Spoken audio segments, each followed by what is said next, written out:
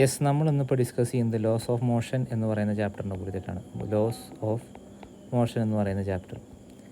ഇപ്പോൾ loss of motion എന്ന് പറയുന്ന ചാപ്റ്ററിനകത്ത് നമ്മൾ മെയിൻലി ഡിസ്കസ് ചെയ്യുന്നത് ന്യൂട്ടൻ്റെ മൂന്ന് ലോസിനെ കുറിച്ചിട്ടാണ്. ഇതുവരെയുള്ള ചാപ്റ്ററിനകത്ത്, അതായത് മോഷൻ ഇൻ എ പ്ലെയിൻ എന്ന് പറയുന്ന ചാപ്റ്ററിനകത്ത് നമ്മൾ എന്താ ഡിസ്കസ് ചെയ്തത്? മോഷൻ ഇൻ എ പ്ലെയിൻ എന്ന് പറയുന്ന ചാപ്റ്ററിനകത്ത് നമ്മൾ എന്താ ഡിസ്കസ് ചെയ്തത്? ഒരു വെലോസിറ്റി ഉണ്ടാവും, അതിനൊരു ആക്സലറേഷൻ ഉണ്ടാവും. അങ്ങനെയെങ്കിൽ ആഫ്റ്റർ എ ടൈം ടി വെലോസിറ്റിയുടെ വാല്യൂ, ഫൈനൽ വെലോസിറ്റിയുടെ വാല്യൂ എത്രയായിരിക്കും? അങ്ങനെയാണെങ്കിൽ ഇനീഷ്യൽ വെലോസിറ്റി എത്രയായിരിക്കും? അങ്ങനെ റിസൾട്ട് ബേസ് ചെയ്തിട്ട് നമ്മൾ പഠിച്ചത്. ഇപ്പോൾ ഒരു ഒബ്ജക്റ്റിനൊരു ആക്സലറേഷൻ ഉണ്ടാവണമെങ്കിൽ അതിനൊരു കാരണം ഉണ്ടാവുമല്ലോ. ഇപ്പോൾ ഒരു ഒബ്ജക്റ്റിൻ്റെ സ്പീഡ് കൂടണമെങ്കിൽ, ഇപ്പോൾ കാറിലിരിക്കുകയാണെന്നുണ്ടെങ്കിൽ കാറിൻ്റെ സ്പീഡ് തന്നെ കൂടുമോ? ഇല്ല, നമ്മൾ ആക്സലറേറ്റർ ചവിട്ടണം. മനസ്സിലായല്ലോ? അപ്പോൾ ഒരു ആക്സലറേഷൻ ഉണ്ടാകണമെങ്കിൽ അവിടെ ഒരു എക്സ്റ്റേണൽ ഫോഴ്സിൻ്റെ ആവശ്യമുണ്ട്. അപ്പോൾ ആ എക്സ്റ്റേണൽ ഫോഴ്സാണ് അവിടെ എന്ത് ക്രിയേറ്റ് ചെയ്യുന്നത്? ചേഞ്ച് ഇൻ സ്പീഡ് ക്രിയേറ്റ് ചെയ്യുന്നത്. അപ്പോൾ ഇവിടെ നമ്മൾ ലോസ് ഓഫ് മോഷൻ എന്ന് പറയുന്ന ചാപ്റ്ററിനകത്ത് നമ്മൾ കോസുകളെ കുറിച്ചിട്ടാണ് പഠിക്കുന്നത്. കോസ് ഏതിൻ്റെ? മോഷൻ്റെയും അതേപോലെ തന്നെ റെസ്റ്റിൻ്റെയും കോസുകളെ കുറിച്ചിട്ടാണ് നമ്മൾ എന്ത് ചെയ്യുന്നത്? ലോസ് ഓഫ് മോഷൻ എന്ന് പറയുന്ന ചാപ്റ്ററിനകത്ത് പഠിക്കുന്നത്. അപ്പോൾ അതിനാൽ തന്നെ ഈ സെക്ഷൻ വരുന്നത് ഡൈനാമിക്സ് എന്ന് പറയുന്ന സെക്ഷൻ കണ്ടറിലാണ്. നമ്മൾ നേരത്തെ പഠിച്ചിട്ടുള്ള മോഷൻ എ സ്ട്രെയിറ്റ് ലൈൻ എന്ന് പറയുന്നത് കൈനമാറ്റിക്സിൻ്റെ സെഷനിലാണെങ്കിൽ ഇത് വരുന്നത് ഏതിൻ്റെ സെക്ഷനിലാണ്? ഡൈനാമിക്സിൻ്റെ സെഷനിലാണ് വരുന്നത്. അപ്പോൾ ഫസ്റ്റ് ഓഫ് ഓൾ നമ്മൾ ആദ്യം തന്നെ എന്ത് പഠിക്കുന്നു? ഇനർഷ്യ എന്ന് പറയുന്ന ടേമിനെ കുറിച്ചിട്ടാണ് ഈ ചാപ്റ്ററിനകത്ത് ആദ്യം പഠിക്കുന്നത്. ഇനർഷ്യ എന്താണ്? ഇനർഷ്യ ഇപ്പോൾ നമ്മളൊരു ചവിട്ടി എടുത്തിട്ട് അതിൻ്റെ പൊടി നമ്മൾ ഇങ്ങനെ തട്ടി കളയാമെന്ന് വിചാരിക്കുക. അപ്പോൾ തട്ടാൻ നിൽക്കുന്ന നേരത്ത് തട്ടുന്ന സമയത്ത് എന്ത് സംഭവിക്കും? പൊടി നമുക്ക് എന്ത് ചെയ്യും? പൊടി അതേപോലെ തന്നെ നിലനിന്ന് പോകും, പക്ഷേ ചവിട്ടി ഇത്തിരി ബാക്കിലേക്ക് പോകും. അങ്ങനെയാണല്ലോ നമ്മൾ പൊടി കളയുക. അപ്പോൾ ചവിട്ടി നമ്മൾ തൂക്കിയിട്ടിട്ട് എന്ത് ചെയ്യും? വല്ല വടി എടുത്തിട്ട് ചവിട്ടിയും അടിക്കും. അപ്പോൾ അടിക്കുന്ന സമയത്ത് എന്ത് ചെയ്യും? പൊടി പുറത്തേക്ക് തെറിച്ച് പോകും. ആണല്ലോ? യെസ്, പൊടി പുറത്തേക്ക് തെറിച്ച് പോകും. സത്യത്തിൽ പൊടി പുറത്തേക്ക് തെറിച്ച് പോണതാണോ? അല്ല, പൊടി അവിടെ തന്നെ നിൽക്കും. പക്ഷേ ചവിട്ടിയുടെ ഡയറക്ഷൻ, അല്ലെങ്കിൽ ഈ ചവിട്ടിയുടെ ഡയറക്ഷൻ നമ്മളൊരു എക്സ്റ്റേണൽ ഫോഴ്സ് ഉപയോഗിച്ചിട്ട് എന്ത് ചെയ്യുന്നു? ചേഞ്ച് ചെയ്യിപ്പിക്കുന്നു. മനസ്സിലായല്ലോ? ശരി, ഇനിയൊരു പന്ത് അല്ലെങ്കിൽ പോട്ടെ, ഒരു കാറ്, ഓടിക്കൊണ്ടിരിക്കുന്നൊരു കാറ്, ബ്രേക്ക് ചവിട്ടാണ്ട് ആ കാറിനെ സ്റ്റോപ്പ് ചെയ്യാൻ പറ്റുമോ? ഇല്ല. അപ്പോൾ ഏതൊരു ഒബ്ജക്റ്റ് എടുത്തു കഴിഞ്ഞാലും ആ ഒബ്ജക്റ്റിന് റെസ്റ്റിലേക്ക് തന്നെത്താനേ വരാൻ പറ്റില്ല. അതേപോലെ തന്നെ റെസ്റ്റിൽ നിന്ന് മോഷനിലേക്ക് തന്നെത്താനേ വരാൻ പറ്റില്ല. ഓടിക്കൊണ്ടിരിക്കുന്ന ഒരു കാറിൻ്റെ ഡയറക്ഷൻ തന്നെത്താനേ ചേഞ്ച് ചെയ്യാൻ പറ്റില്ല, അതിന് സ്റ്റിയറിങ് വേണം.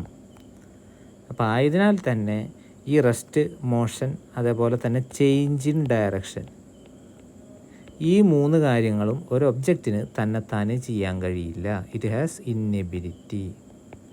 ആ ഇന്നെബിലിറ്റീനെ നമ്മൾ വിളിക്കുന്ന പേരാണ് എന്തെന്ന് പറയുന്നത്? ഇനർഷ്യ. സോ ഇപ്പോൾ ഇനർഷ്യ ഓഫ് റെസ്റ്റ് എന്താണെന്ന് ചോദിച്ചു കഴിഞ്ഞാൽ inability of a body to come to rest. അതായത് ചലിച്ചുകൊണ്ടിരിക്കുന്ന ഒരു ബോഡിക്ക് റെസ്റ്റിലേക്ക് വരാനായിട്ടുള്ള കഴിവില്ലായ്മ. ഇനർഷ്യ ഓഫ് മോഷൻ എന്ന് പറഞ്ഞു കഴിഞ്ഞാലോ, റെസ്റ്റിലിരിക്കുന്ന ഒരു ബോഡിക്ക് തന്നെത്താനെ എന്ത് ചെയ്യാൻ പറ്റില്ല? മൂവ് ചെയ്യാൻ കഴിവില്ലായ്മ. ഇനി സ്ട്രെയിറ്റ് ലൈനിൽ ഓടിക്കൊണ്ടിരിക്കുന്ന ഒരു വസ്തുവിന് എന്ത് ചെയ്യാൻ പറ്റില്ല? അതിൻ്റെ ഡയറക്ഷൻ ചേഞ്ച് ചെയ്യാൻ പറ്റില്ലായ്മ. ഈ വക സാധനങ്ങളാണ് ഇതെന്ന് പറയുന്നത് ഇനർഷ്യ എന്ന് പറയുന്നത്. അപ്പോൾ ഒരു ഒബ്ജക്റ്റിൻ്റെ സ്പീഡ് ഇൻക്രീസ് ചെയ്യണമെന്നുണ്ടെങ്കിൽ it should be worked upon by an external force. ഒരു എക്സ്റ്റേണൽ ഫോഴ്സ് അതിൻ്റെ മുകളിൽ വേണം. ഇനി ഒരു ഒബ്ജക്റ്റിനെ സ്റ്റോപ്പ് ചെയ്യണമെന്നുണ്ടെങ്കിൽ അതിനും എന്ത് വേണം? ഒരു എക്സ്റ്റേണൽ ഫോഴ്സ് വേണം. ഇനി ഓടിക്കൊണ്ടിരിക്കുന്നൊരു വണ്ടിയുടെ ഡയറക്ഷൻ ചേഞ്ച് ചെയ്യിപ്പിക്കണമെന്നുണ്ടെങ്കിൽ അതിനെന്ത് വേണം? ഒരു എക്സ്റ്റേണൽ ഫോഴ്സ് വേണം. അപ്പോൾ എക്സ്റ്റേണൽ ഫോഴ്സ് വേണ്ടാത്ത സന്ദർഭങ്ങൾ ഏതൊക്കെയാണ്? ഒന്ന്, റെസ്റ്റിലിരിക്കുന്ന ഒരു ഒബ്ജക്റ്റിന്. രണ്ട്, യൂണിഫോം വെലോസിറ്റിയിൽ സഞ്ചരിച്ചുകൊണ്ടിരിക്കുന്ന ഒരു ഒബ്ജക്റ്റിന്. മൂന്നാമത്തത് സ്ട്രെയിറ്റ് ലൈനിൽ കൂടെ സഞ്ചരിച്ചുകൊണ്ടിരിക്കുന്ന ഒരു ഒബ്ജക്റ്റിന്. അപ്പോൾ ഈ മൂന്ന് കേസസ് എന്ന് പറയുന്നതാണ് ഐഡിയൽ കണ്ടീഷൻ. അതായത് എക്സ്റ്റേണൽ ഫോഴ്സ് ഇല്ലാത്ത ഒബ്ജക്റ്റിനെ തന്നെത്താനെ ചെയ്യാൻ പറ്റുന്ന മൂന്ന് കാര്യങ്ങളാണെന്ന്: സ്ട്രെയിറ്റ് ലൈനിൽ കൂടെ സഞ്ചരിക്കുക, റെസ്റ്റിലിരിക്കുക, അല്ലെങ്കിൽ കോൺസ്റ്റൻറ്റ് വെലോസിറ്റിയിൽ മൂവ് ചെയ്യുക. അപ്പോൾ നിങ്ങൾ സ്വാഭാവികമായിട്ടൊരു ചോദ്യം ചോദിക്കും, പന്ത് നമ്മൾ നേരത്തെ ഉരുട്ടി വിട്ട് കഴിഞ്ഞാണെന്നുണ്ടെങ്കിൽ അതിൻ്റെ വെലോസിറ്റി അങ്ങനെയാണെന്നുണ്ടെങ്കിൽ ഉരുണ്ട് പോകേണ്ടതല്ലേ? അപ്പോൾ അവിടെയാണ് ഒരു സംഗതി വരുന്നത്. അതിൻ്റെ സ്പീഡ് ഡിക്രീസ് ചെയ്യാനൊരു ഫോഴ്സ് ആക്ട് ചെയ്യുന്നുണ്ട്, ഒരു എക്സ്റ്റേണൽ ഫോഴ്സ് അവിടെ ആക്ട് ചെയ്യുന്നുണ്ട്. അപ്പോൾ അതിനർത്ഥം പന്തിൻ്റെ മുകളിൽ എക്സേർട്ട് ചെയ്യുന്ന ഉരുട്ടി വിടുന്ന പന്തിൻ്റെ അകത്തുള്ള നെറ്റ് എക്സ്റ്റേണൽ ഫോഴ്സിൻ്റെ വാല്യൂ എന്തല്ല? 0 അല്ല. അവിടെ ഒരു എക്സ്റ്റേണൽ ഫോഴ്സ് സംഭവിക്കുന്നുണ്ട്. ആ ഫോഴ്സിനെയാണ് നമ്മൾ എന്തെന്ന് പറഞ്ഞിട്ട് വിളിക്കുക? ഫ്രിക്ഷൻ എന്ന് പറഞ്ഞിട്ട് വിളിക്കുക. അപ്പോൾ രണ്ട് ഒബ്ജക്റ്റുകൾ തമ്മിലുള്ള റിലേറ്റീവ് മോഷനെ കുറയ്ക്കാൻ ശ്രമിക്കുന്ന ഒരു റെസിസ്റ്റീവ് ഫോഴ്സ് ഇൻ നേച്ചറിനെയാണ് നമ്മൾ എന്തെന്ന് പറയുന്നത്? ഫ്രിക്ഷൻ എന്ന് പറഞ്ഞു വിളിക്കുന്നത്. Okay, yes.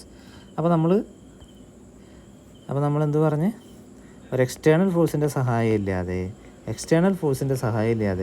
ഒരു ഒബ്ജക്റ്റിന് എന്ത് ചെയ്യാൻ പറ്റില്ല, മൂവ് ചെയ്യാൻ പറ്റില്ല, റെസ്റ്റിലേക്ക് വരാൻ പറ്റില്ല, ഡയറക്ഷൻ ചേഞ്ച് ചെയ്യാൻ പറ്റില്ല. അപ്പോൾ ഇതിനെയാണ് നമ്മൾ first law of Newton's law എന്ന് പറയുന്നത്. First law of Newton's, an object cannot change its speed or velocity. Okay, an object cannot change its speed, direction without the help of an external force, or an object cannot comes to rest while it is in uniform motion. അതൊരു uniform മോഷനിലൊരു ഒബ്ജക്റ്റിന് റെസ്റ്റിലേക്ക് തന്നെ വരാൻ കഴിയില്ല. അതുപോലെ തന്നെ റെസ്റ്റിലുള്ള ഒരു ഒബ്ജക്റ്റിന് എന്ത് ചെയ്യാൻ പറ്റത്തില്ല, യൂണിഫോം മോഷനിലേക്ക് തന്നെ മൂവ് ചെയ്യാനായിട്ട് പറ്റത്തില്ല. രണ്ട് കേസിൽ നമുക്ക് എന്തിൻ്റെ ആവശ്യമുണ്ട്, ഒരു എക്സ്റ്റേണൽ ഫോഴ്സിൻ്റെ ആവശ്യമുണ്ട്. ഓക്കെ, അതാണ് ന്യൂട്ടൻ്റെ സെക്കൻഡ് ലോയിൽ നമ്മൾ പറയുന്നത്. ഓക്കെ, ഒരു എക്സ്റ്റേണൽ ഫോഴ്സിൻ്റെ ആവശ്യമുണ്ട്. എത്രത്തോളം എക്സ്റ്റേണൽ ഫോഴ്സിൻ്റെ ആവശ്യം വേണ്ടി വരും? അപ്പോൾ അതിനൊരു എക്സാമ്പിൾ പറയുകയാണെങ്കിൽ, ഒരു കാറ് ഒരു മതിലിൽ ചെന്നിടിക്കുന്നു, മതിൽ പൊഴിഞ്ഞു വീഴുന്നില്ല. പകരം ഒരു വലിയ ട്രക്ക് സെയിം വെലോസിറ്റിയിൽ, കാറിൻ്റെ അതേ വെലോസിറ്റിയിൽ സെയിം മതിൽമ ചെന്നിടിക്കുന്നു, മതിൽ പൊളിഞ്ഞു വീഴുന്നു. അപ്പോൾ ഇവിടെ എന്താ വ്യത്യാസം ഉണ്ടായേ? മാസ് ഇൻക്രീസ് ചെയ്തു, വെലോസിറ്റി ചേഞ്ച് ചെയ്തില്ല. അപ്പോൾ അത് ക്രിയേറ്റ് ചെയ്യുന്ന ഇമ്പാക്റ്റ് എന്ത് ചെയ്തു, കൂടുതലാണ്. ഏതിന്? മാസ് കൂടുതലുള്ളതിന്. ഇനി സെക്കൻഡ് കേസ് എടുക്കുക, കാർ തന്നെ നമ്മൾ ഉപയോഗിക്കണമെന്ന് വിചാരിക്കുക. ഇത്തവണ നമ്മൾ കാർ കൊണ്ട് തന്നെ ഇടിപ്പിച്ച് പൊളിക്കാമെന്ന് വിചാരിക്കുക.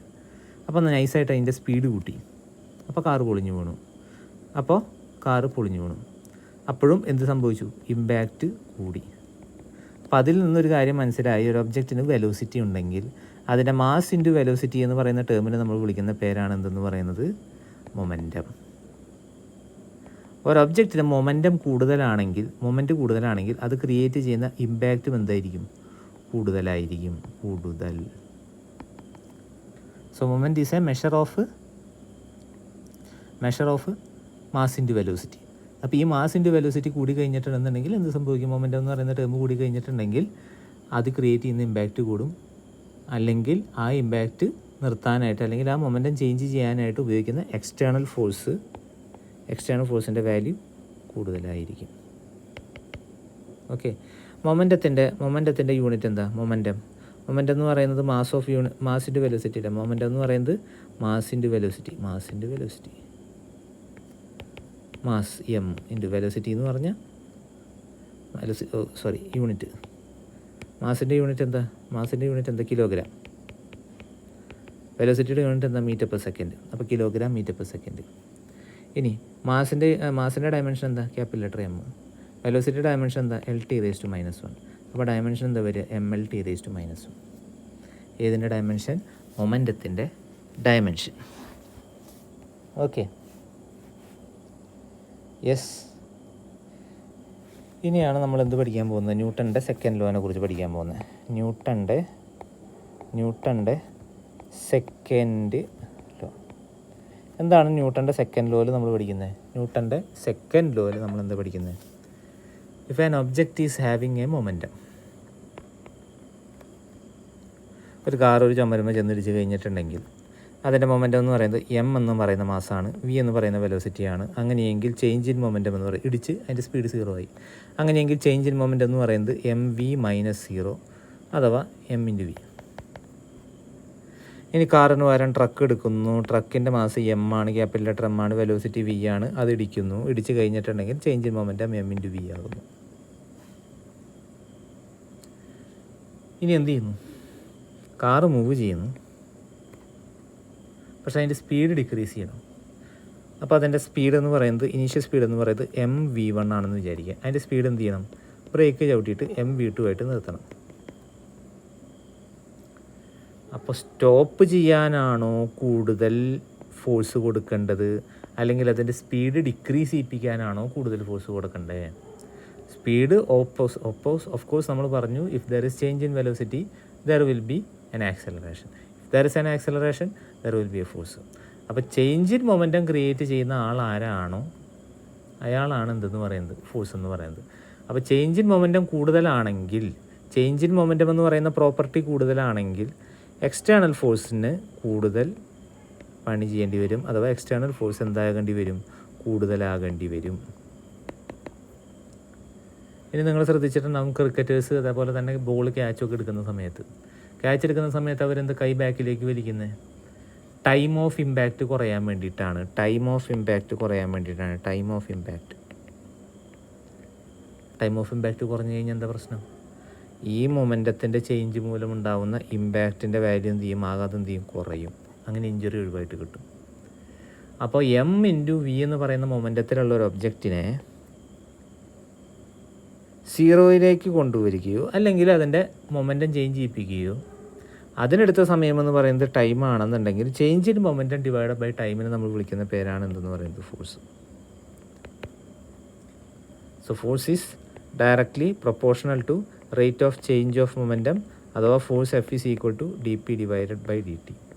അപ്പോൾ ഒരു ഒബ്ജക്റ്റിന് rate of change of momentum എത്രയാണെന്ന് ചോദിച്ചു കഴിഞ്ഞിട്ടുണ്ടെങ്കിൽ അത് തരുന്നത് അതിൻ്റെ എക്സ്റ്റേണൽ ഫോഴ്സ് ആയിരിക്കും. ഓടിക്കൊണ്ടിരിക്കുന്ന ഒരു കാറിനെ ബ്രേക്ക് ഇട്ട് ചവിട്ടി നിർത്തി. അപ്പോൾ അതിൻ്റെ മൊമെൻറ്റം, ഇനിഷ്യൽ മൊമെൻറ്റം എന്ന് പറയുന്നത് m×v ആയിരുന്നു. അപ്പോൾ ചേഞ്ച് മൊമെൻറ്റം എത്രയാണ്? m×v minus m×0 which is equal to mv. അതേ ഡിവൈഡ് ബൈ ടൈം ചെയ്ത് കഴിഞ്ഞിട്ടുണ്ടെങ്കിൽ നിങ്ങൾക്ക് കിട്ടുന്ന സാധനമായിരിക്കും എന്തെന്ന് പറയുന്നത്? ഫോഴ്സ് എന്ന് പറയുന്നത്. അല്ലെങ്കിൽ ആ കാറിനെ ചവിട്ടി നിർത്താൻ ബ്രേക്കിൽ അപ്ലൈ ചെയ്യേണ്ടി വന്ന ഫോഴ്സ് എത്രയാണെന്നുള്ളത്. ഓക്കെ,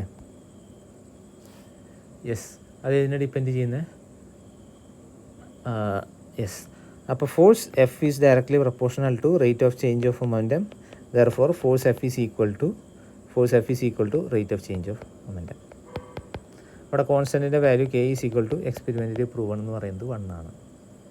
ഓക്കെ, അപ്പോൾ rate of change of momentum gives the force. Okay.